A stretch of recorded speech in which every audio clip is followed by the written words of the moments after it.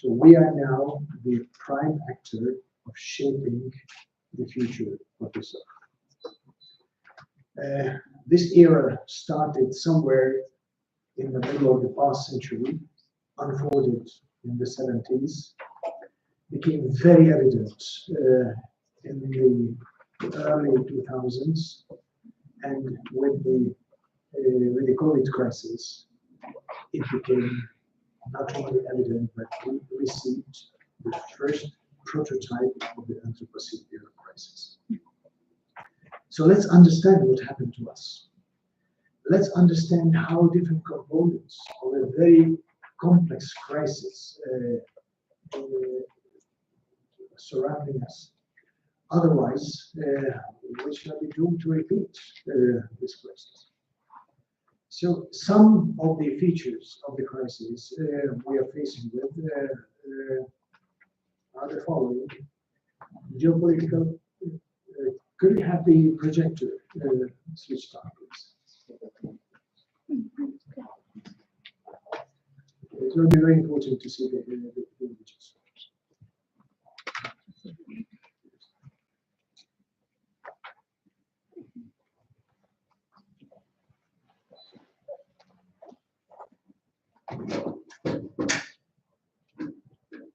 It will be very important for you when you answer questions.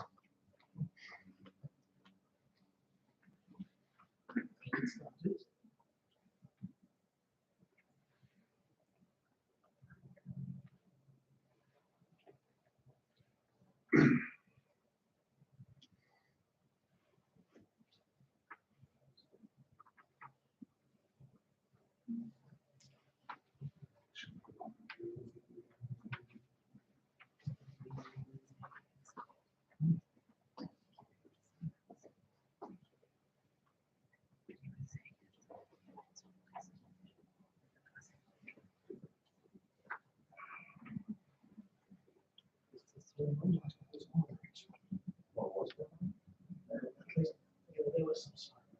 The projector is on the projecting screen.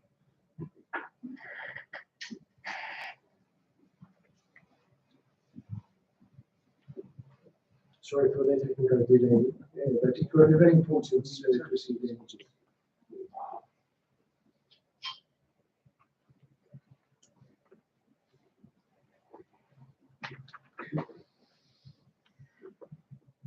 Well, it was working.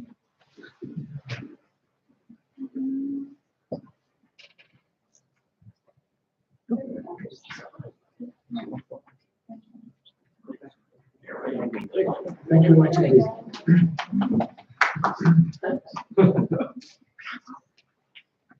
So it's a short image on the history of the Earth, and at the very end, you see that we entered the Anthropocene era, and as I mentioned, we received the prototype of the Anthropocene era crisis, which is a very complex one. We went through many crises during the history of humankind, and some components what we are facing with now have been familiar to us. The novelty as today that we receive those components at the same time and they started interacting with each other. Some of the components, what I mean, geopolitical conflicts are deepening.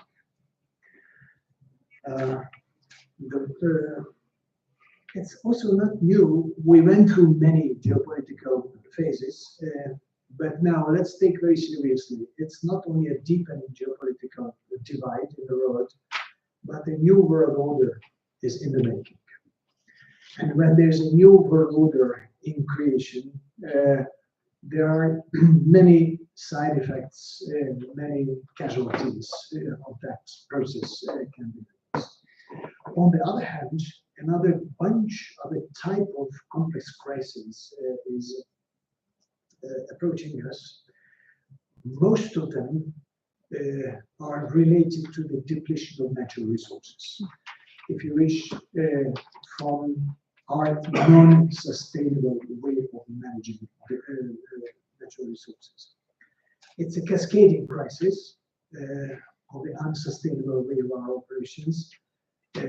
You are very familiar with the features of climate crisis, water crisis, food insecurity, the loss of biodiversity, depletion of the ocean life, acidification of oceans, degradation of soil, degradation of many other resources, pollution. All together, when you combine with the geopolitical conflicts, you have quite a few consequences. What you see in this country as well, an emergence of the number of refugees. When the energy crisis is combined with acute food shortages, with the destabilization of some markets, mass migration flows start coming. Migration and refugee flows as well. Another phenomenon which is still part of this new type of very complex crisis, we have today an unprecedented level of debt crisis, sovereign debt crisis. If you combine all the sovereign debts in the world, it is almost twice as high as the GDP of the world. So you may guess that who would pay for these debts. My first bet would be no one, so it has to be slashed. The other one, there will be inflation, and we have the inflation already. And we are talking very actively about the debt relief or the debt reconstruction. 76 countries now, as we speak, it's more than 1/3 of the number of member states of the United Nations are in the red zone.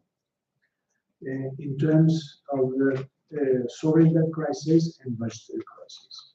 It means that if in a very short manner this issue cannot be addressed, many of them will fall, go into default, financial default, or collapse completely economically. And the consequences of these collapses might be much, much serious than what we are witnessing today. As a result of all what I've mentioned already, there is a decline of trust, both within countries and among countries. We are witnessing the weakening of established cooperation structures in the world, be it trade, technological cooperation, security cooperation, including the weakening of the arms control regimes. Despite the obvious need that when we go into further, into some critical phases of the depletion of natural resources, this situation is crying for a better global management of global conflicts. But in time of the deepening distrust among member states, it's becoming a very difficult task. So, as a consequence of all that, we are witnessing a declining stability in the world, sometimes threatening the very foundations of our political systems and societies. Wars. Wars are raging with all its humanitarian consequences. But the main problem is not only the sheer number of wars. We are having now 27 wars and armed conflicts in the world. It is the highest number since the end of the Cold War. If we look into the nature of these wars, and there's some features of how they operate, there might be some tendencies that you may wish to pay attention to. Between 2001 and 2010, around 5 countries each year suffered from more than one simultaneous war on their territories. So about 5 countries with more than one war on the same territory. Now 15. So it's triple within 13 years. Wars became more complex. Complex wars are usually more difficult to handle and to put an end to them. When you have only 2 warring sides, it is difficult to iron out a peace arrangement, but when you have 15, 20, it's extremely difficult. Let me just mention you that during the Syrian conflict, it started with a civil war between the regime and a larger community in the south of the country, and then it swept through the country, and very quickly the warring parties became at least 20. When the United Nations tried to send humanitarian aid to different needy communities, the UN had to negotiate the passage of the humanitarian aid through various territories controlled by various groups. Sometimes after 5 to 10 kilometers, yet again a different group. And if you made an arrangement with one group and started negotiating with the other one, when the new deal was made with the second one, the first already stepped out of the deal. And when you had 20 of these, it was almost a mission impossible. Civil wars are becoming more international. In 1991, only 4% of the civil wars involved significant foreign forces. By 2021, it had risen to 48%, 12-fold. As we speak today, it's now over 50%.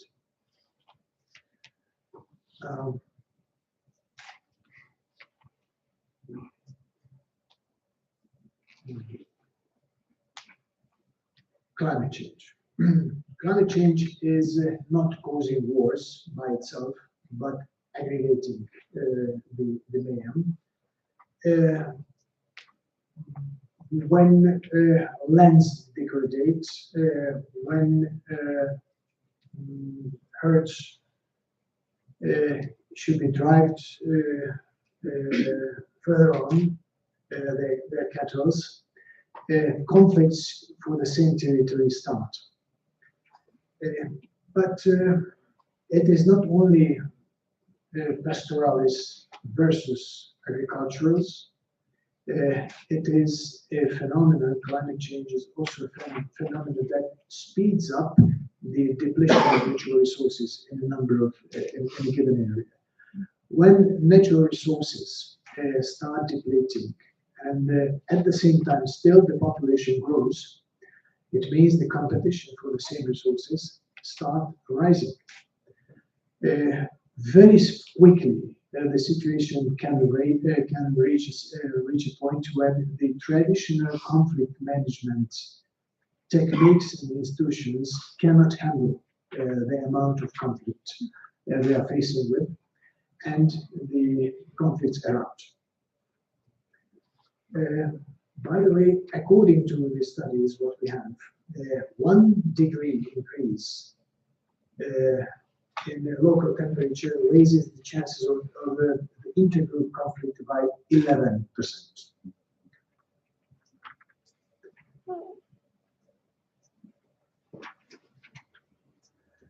Civil wars, in which major river forces earn money from illicit drugs or minerals, tend to last longer.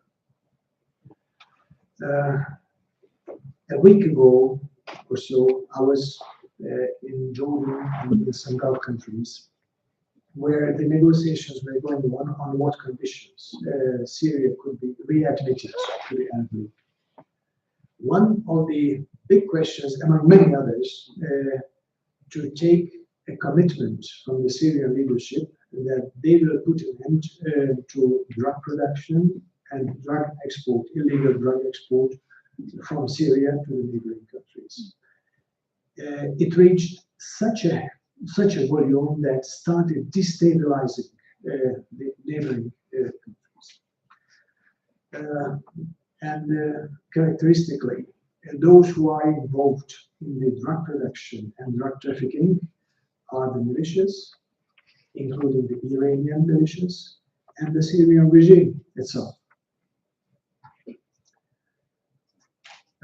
Now let's have a look at the largest war, what we have today, is the war against Ukraine. In one way, it is rather traditional. In the other way, it's rather a new type of war. It resulted in 16 million displaced persons, more than 200,000 dead, and an unprecedented level of destruction, unprecedented since the Second World War. It is a warfare which on the ground looks like a very traditional one, very traditional maneuvering, very traditional attempts of capturing certain parts of the land. But on the other hand, it's a very new type of warfare involving nuclear threats on the weekly basis. It has never happened since the Cuban Missile Crisis. This warfare is being conducted in many fields, from space to internet, from trade, the diplomatic relations, technology. So basically, more than half of the warring activities are being conducted not on the battlefield. This war had and has a huge impact on global markets. Let me just remind ourselves the energy crisis, which was caused by the duel between Western Europe and Russia, which sent the energy bills for the household 17 times up for a certain period of time, and it caused food insecurity in many parts of the world. And if you look at how many people were affected by the energy and food insecurities, particularly in the first year of this war, it was 1.2 billion. Despite the fact that Ukraine was only 40 million and Russia was 120 plus million. Due to this conflict, this war, the European security architecture started decomposing and arms control regimes are falling apart. Europe had the most sophisticated collective security system all over the world, with the most elaborated arms control regimes, and now basically everything is gone. What we see emerging is a Western type of security system and the Russian-dominated security system. We'll see how will all it end. Now we cannot speak about the existence of the European security system or Europe-wide arms control regime.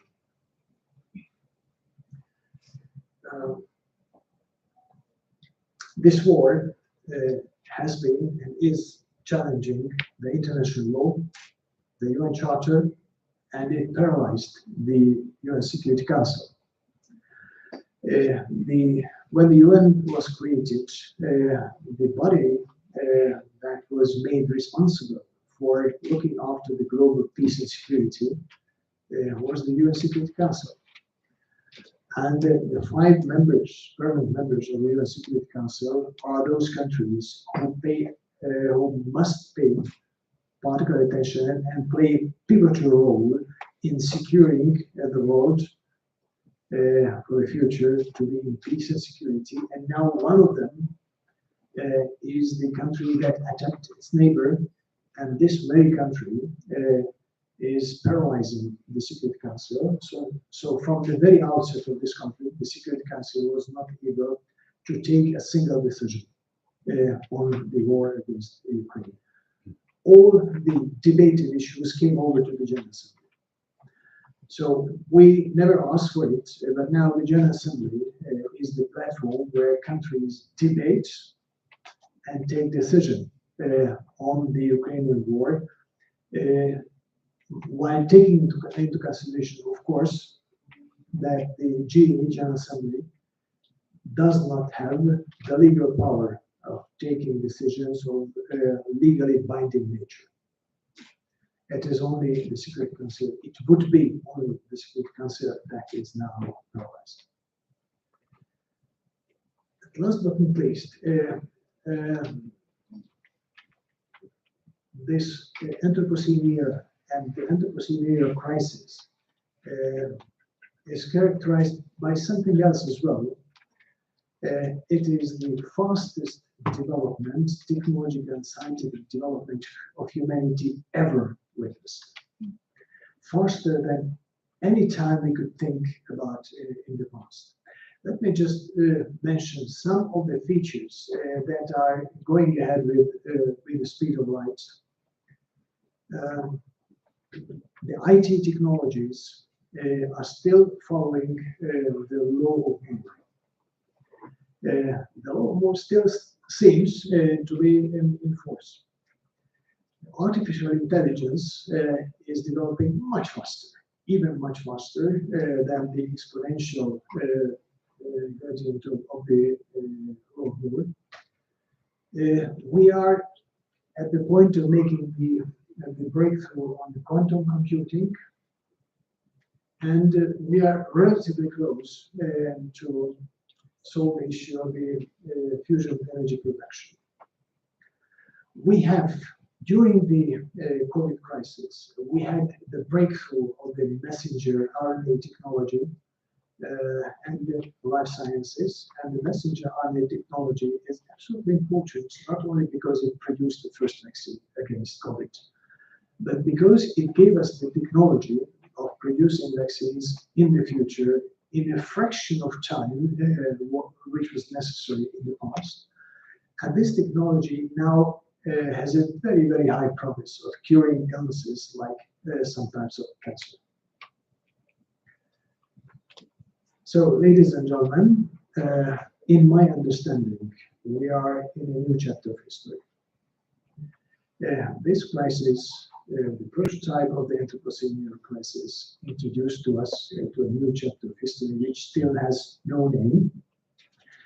It offers quite a number of promises, and it threatens with a number of huge challenges. It's more dangerous than any previous crisis, more complex than any previous crisis. It is lasting. Let us be honest, it will stay with us. It is more interlocking and capable of bringing down fragile societies in a very quick manner. Let us just remember that during the first 6 months of COVID, 16 governments fell due to the crisis.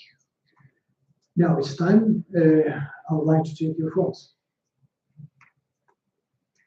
There will be a question to be answered. Please go to www.menti.com and type in the code 2736 2962.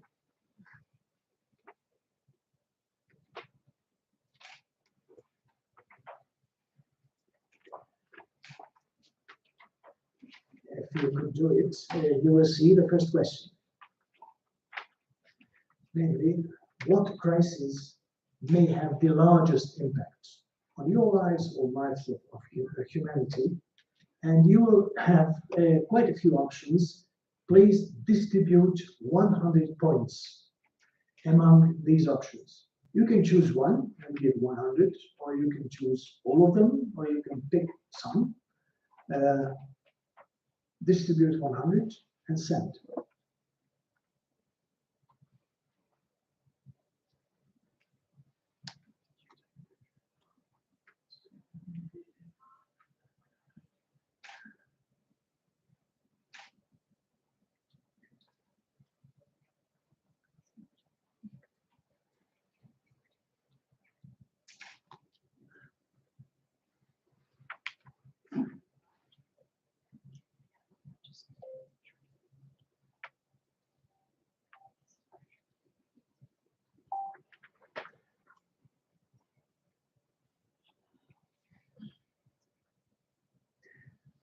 We received so far only 18.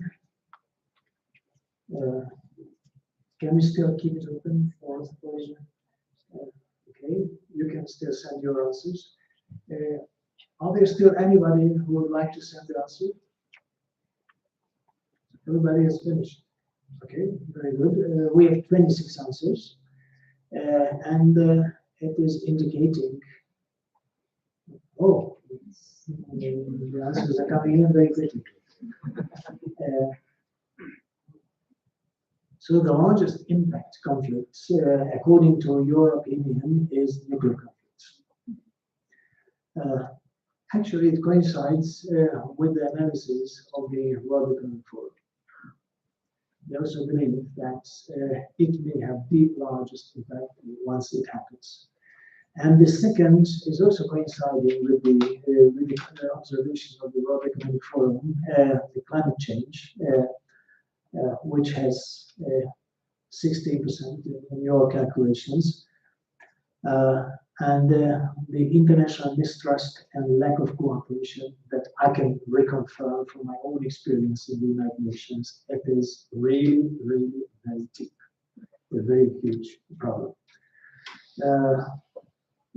Very interesting how you qualified. So far, the question was, what would be the largest impact of the crisis? Now let's turn the question a little bit. The next issue will be, what crisis is most likely to happen according to your calculations or your belief? Nuclear conflicts, new conventional wars, financial meltdown, runaway climate change, sweeping water crisis. Also, please distribute 100 points.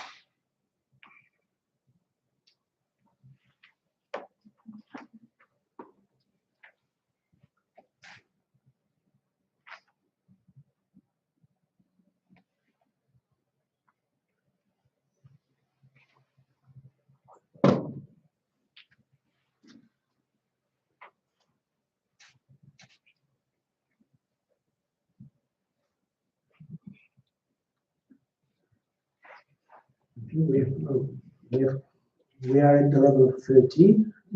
This was roughly what we reached a couple of minutes ago. And interestingly, you put on the first place the financial meltdown of countries. It is different from what the World Economic Forum has forecasted, but it's very relevant. As I mentioned, 76 countries now in the red zone. And some of them have defaulted already.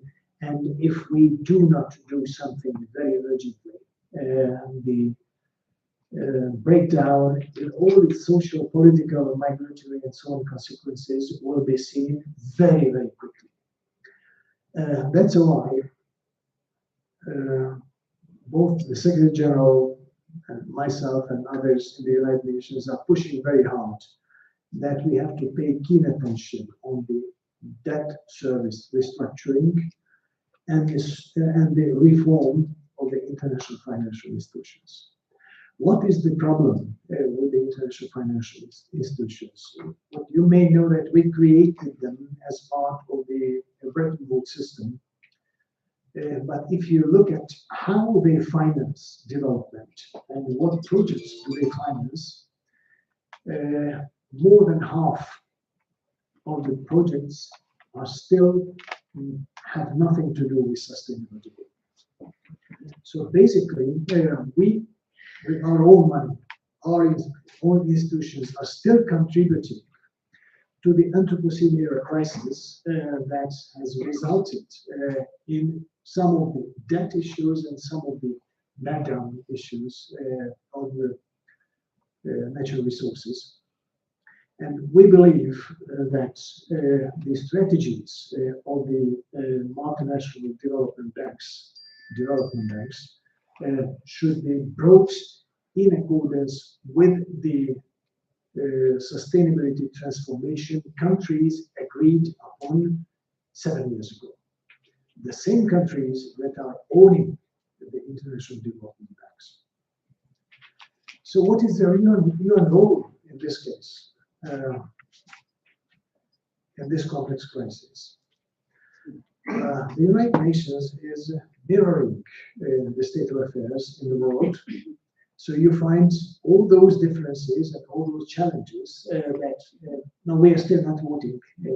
So, okay.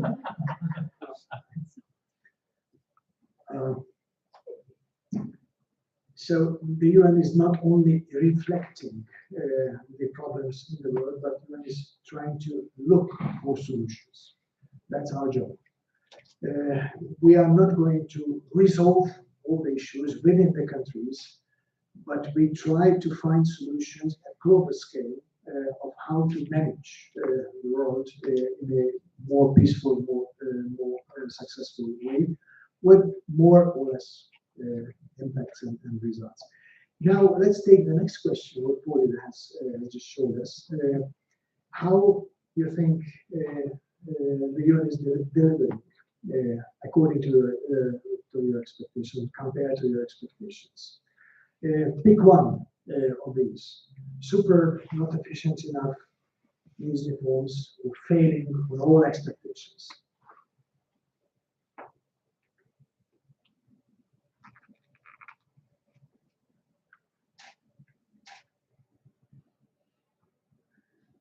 Okay, so we have two competing chapters. These reform are not efficient enough.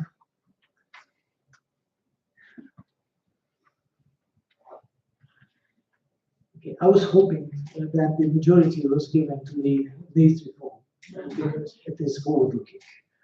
That they're not efficient enough, it's a little bit backward-looking and stating the otherwise clear and true state of affairs in the United Nations. But if you can combine these two, not efficient enough, and these reforms, it gives you a clear indication what we see now and where we should be. Therefore, we are in the middle of a very, very big transformation in the United Nations. But before going to that transformation, I have another question for you to answer.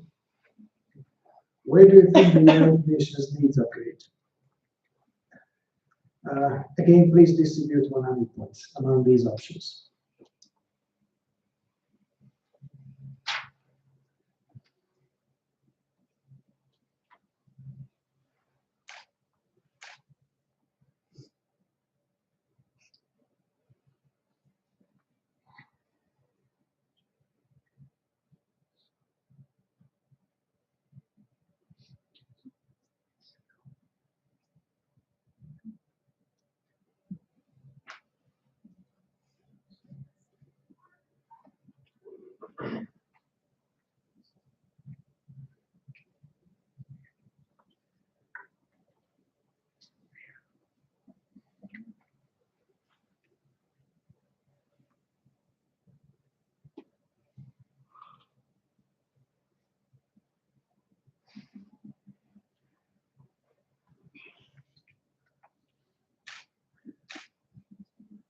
So I acknowledge this is a very complex question. I'm sorry for putting you into a difficult situation to answer. But these are the issues we are facing these issues on a daily basis in our daily practice. Okay, and we are at the level of 35. Roughly, it could be close to the result. Most of you gave your preference to accountability. The second is building trust, and the third one is improving collaboration. Let me just comment on one or two of your answers. I agree that accountability must be very, very high on the agenda in any organization, be it national or international organizations. Could I still tweak it a little bit? We used to speak in terms of rights, human rights, right to clean environment, right to water, right to food, right to health, education, and so on. Do we envisage our responsibilities on the same level? Are we speaking about rights and responsibilities? Are they coming all the same together, where we tend to forget about our responsibilities? That each and every act of ours comes with consequences, and we are responsible for those consequences, be them good or bad. The second, when we talk about accountability, it means that what I mentioned in the case of the Security Council, if you are tasked to be responsible for the world's peace and security, and you basically block the international efforts for restoring peace and security, it's a huge issue of accountability. And it is one of the reasons we have to reform the Security Council. And it's underway now, but it will be a very, very long process. Let me also do one more moment. I was a bit surprised that in a university, the data-based action did not get more attention. In a time of complex crisis, how you take your decisions, which obviously must be integrated decisions, how you base your deliberations, which should be based, in my understanding, on evidence. Otherwise, if we try to create a common ground based on ideology or politics, then the agreement will be very short-lived, or there will be no agreement. But as the moment you start building your deliberations on verifiable data, then at least the point of departure will be clear. And in my understanding, the verification or the validation of the implementation should be based on clear data.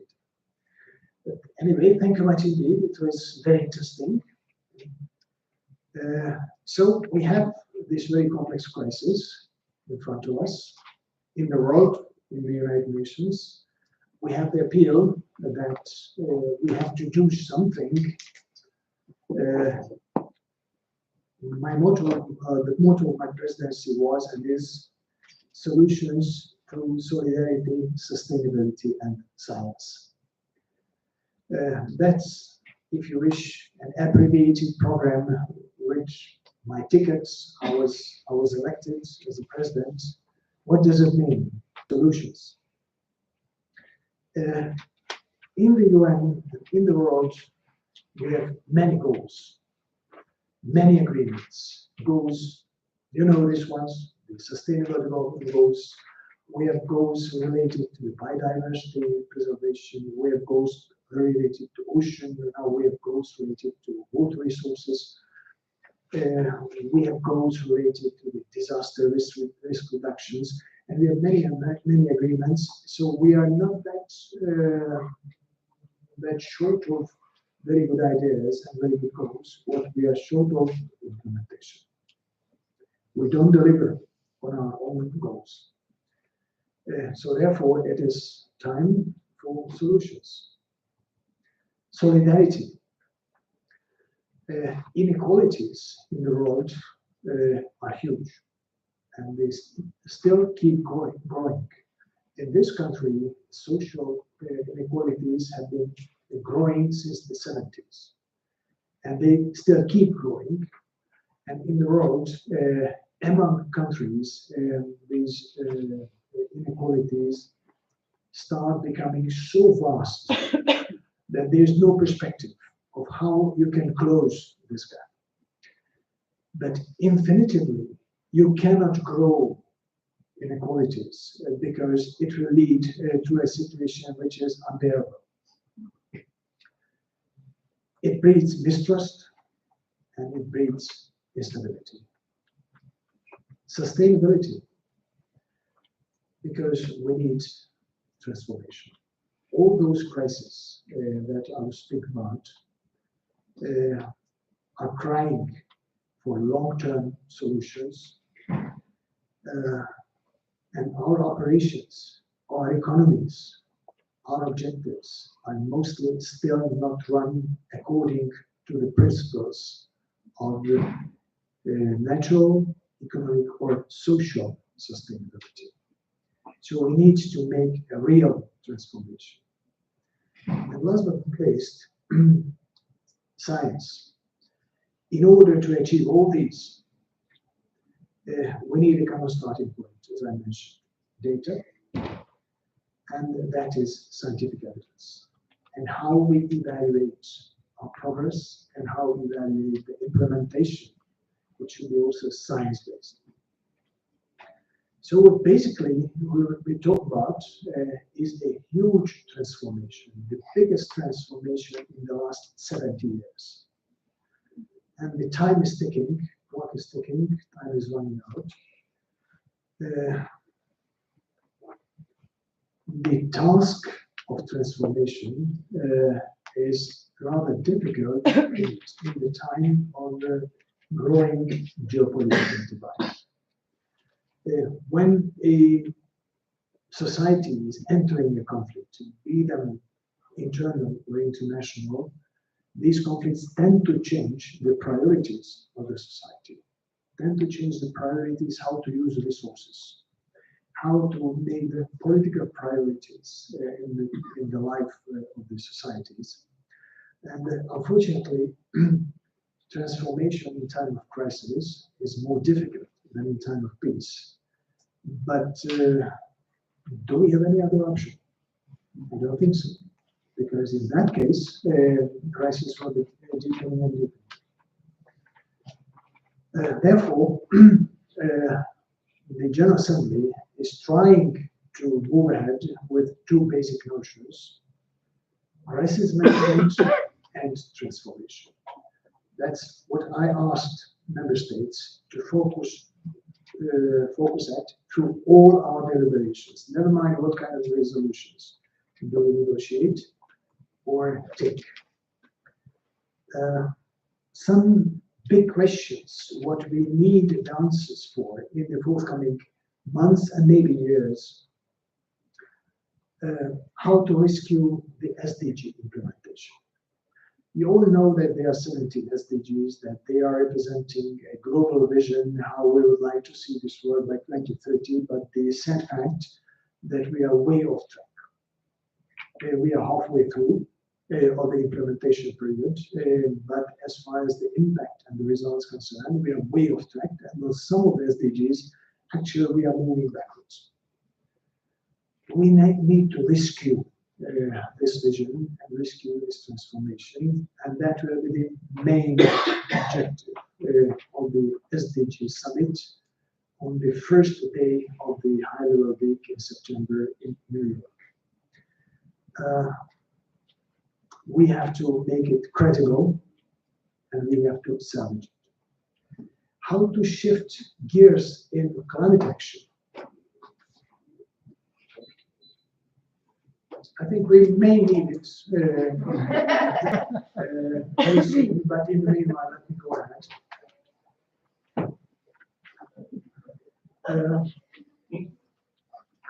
With climate action, we have a Paris Agreement where we took commitments that we will not allow global warming going beyond 2 Celsius compared to the level of industrial revolution, and if possible, not allowing to rise more than 1.5 Celsius. The trajectory we are on is about 3 Celsius by the end of the century. It means a runaway climate change. And the consequences of runaway climate change are already more serious than any earlier predictions were. How to implement the outcome of the Breakthrough Water Conference. In March, we had the first water conference since 1977, and it became a breakthrough event. It could deliver on the very complex agenda. It could deliver with real game changers, and it could return the hope that we can come out of the water crisis and we can save millions of lives. But now we have to turn it into action. How to renew economic thinking and regulations to make them compatible and more sustainable in terms of transformation. If you think our economies and the regulation of our economies are supporting the type of economic activities that took us to the Anthropocene era crisis.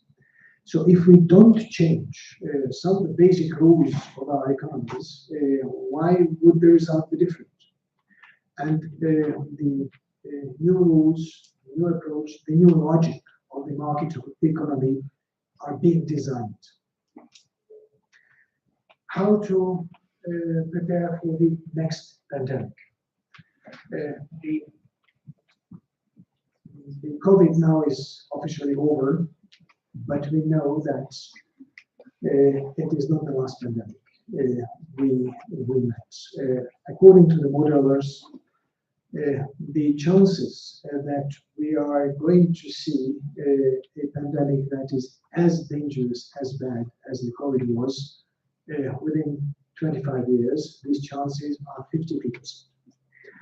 If we look the same chances within 10 years, it will be 28%. So the question is not whether or not we can expect another pandemic, but when it comes and whether or not we will be prepared to handle it. Another question we are looking for answers, how can we ensure a safe, secure, and equitable digital future? We are in the middle of a revolution. Digitalization of our economies, every segment of life is just happening much faster than we could imagine even years ago.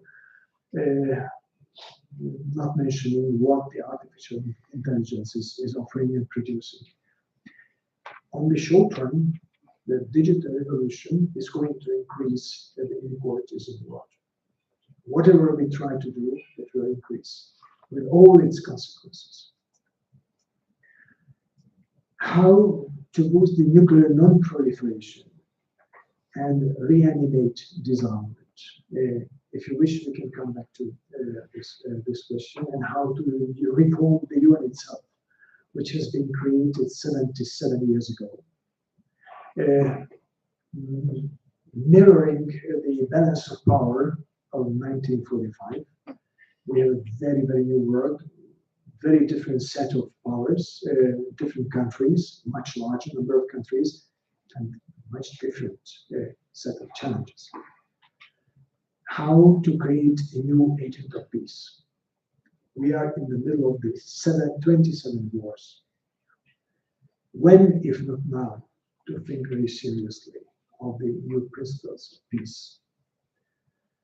And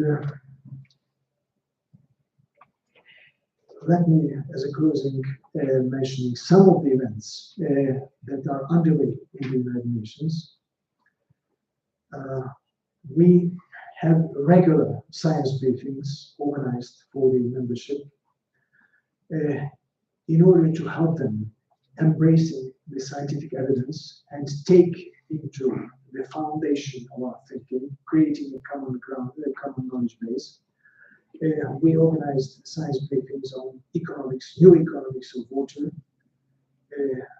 how to integrate water climate issues, how water and climate affect conflict and cooperation, how to create early warning for pandemic preparedness, and how to get our health system more capable of handling future challenges.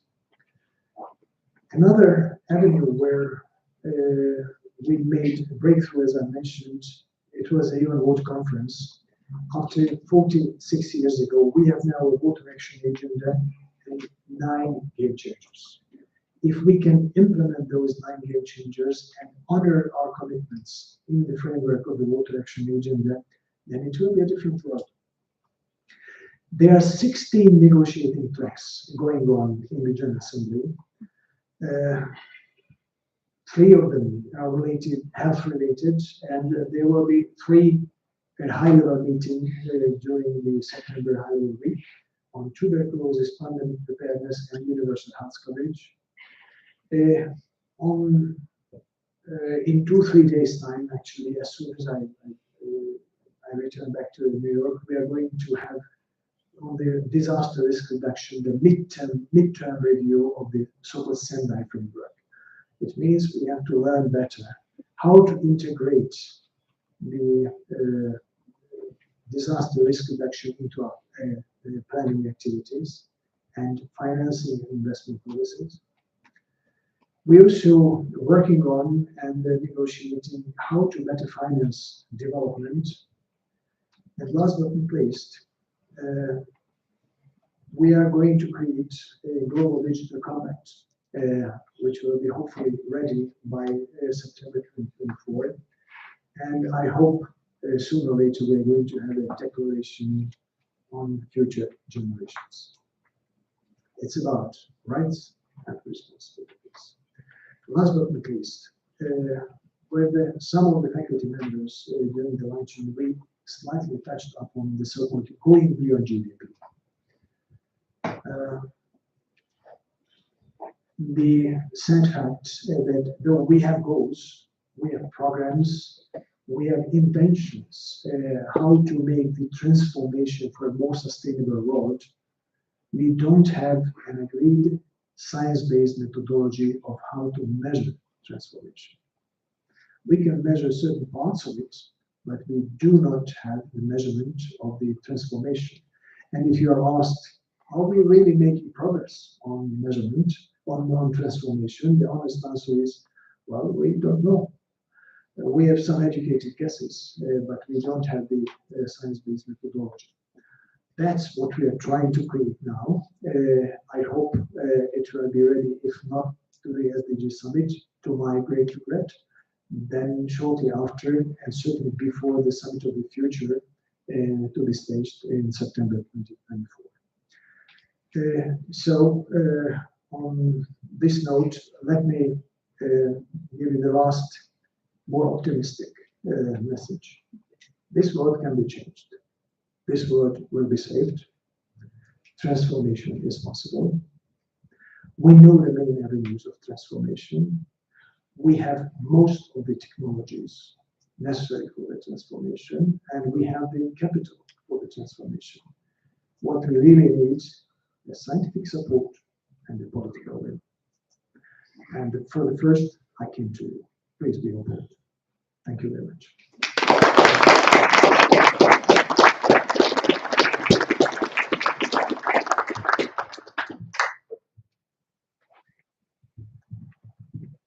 Unfortunately, this is all the time that we had for this event, and we do have other things that we need to get the president to. But thank you, everybody, for attending. We will be having a reception at 5:30, just in that room over there, CB 511, and all of you are welcome to attend that as well. But thank you for being here.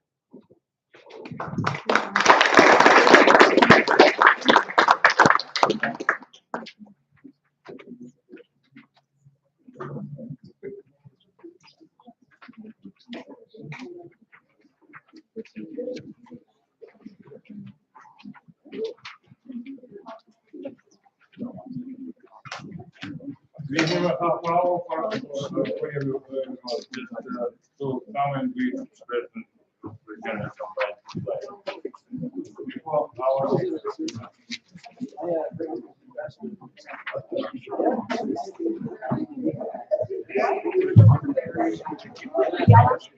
oh yeah.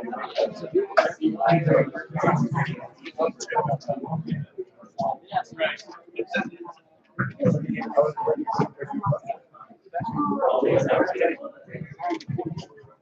Big shot.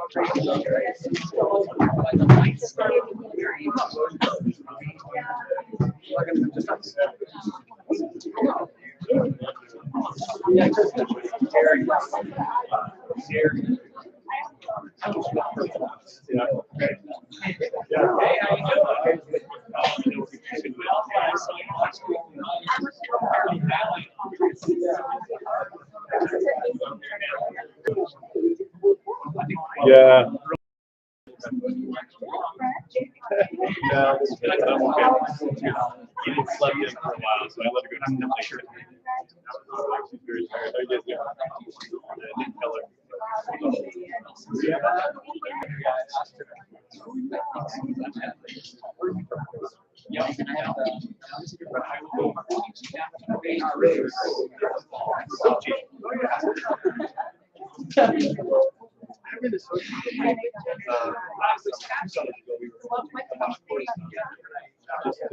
Just west of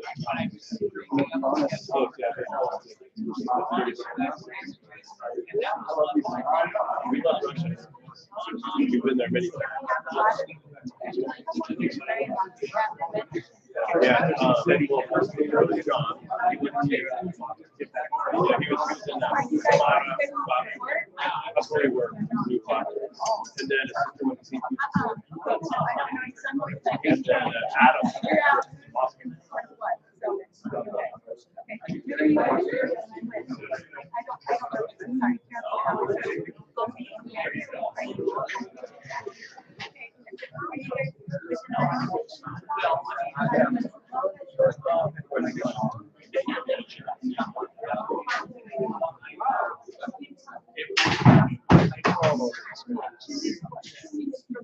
Oh, really? Private.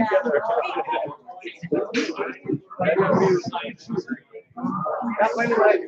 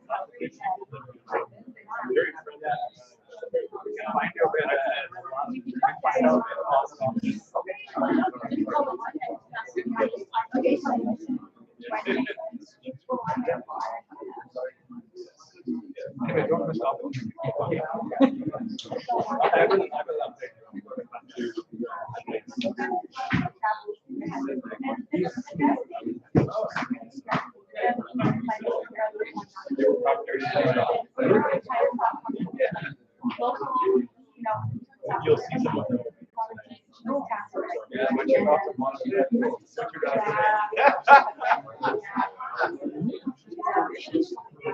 I don't know.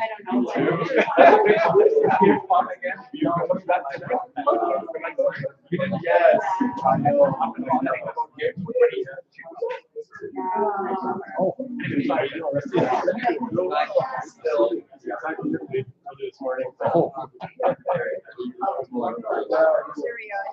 Yeah, we're the lead. played all day yesterday. And I think it was well, she's good. I made her go. Traveling home with 2